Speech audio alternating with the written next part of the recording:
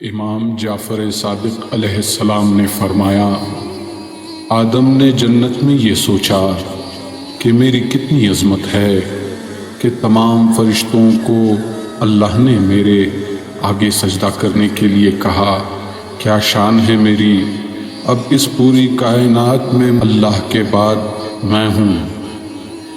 اب وہ یہ سوچ رہے تھے کہ آواز آئی، آدم ذرا اس شجر کی طرف دیکھو۔ تو آدم نے وہاں دیکھا کہ وہ لکھا تھا، لا الہ الا اللہ محمد رسول اللہ وعلی ولی اللہ۔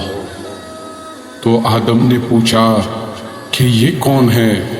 تو اللہ نے کہا، یہ وہ ہیں جو ساری کائنات میں افضل ہے، اور اس کائنات کو میں نے ان کی محبت میں بنایا، اور یہ تیرے سجدے سے مستثنی تھے، ان پر تیرا سجدہ واجب نہ تھا، بس تم دونوں اس شجر کے قریب نہ جانا۔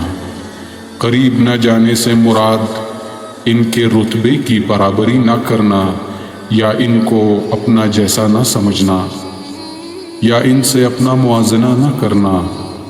تو بس آدم نے شیطان کے کہنے پر اس رتبے کے لیے رشک کیا، کاش یہ رتبہ مجھے مل جائے۔ بس یہ غلطی آدم نے کی جس کی بنا پر ان کو جنت سے باہر کیا۔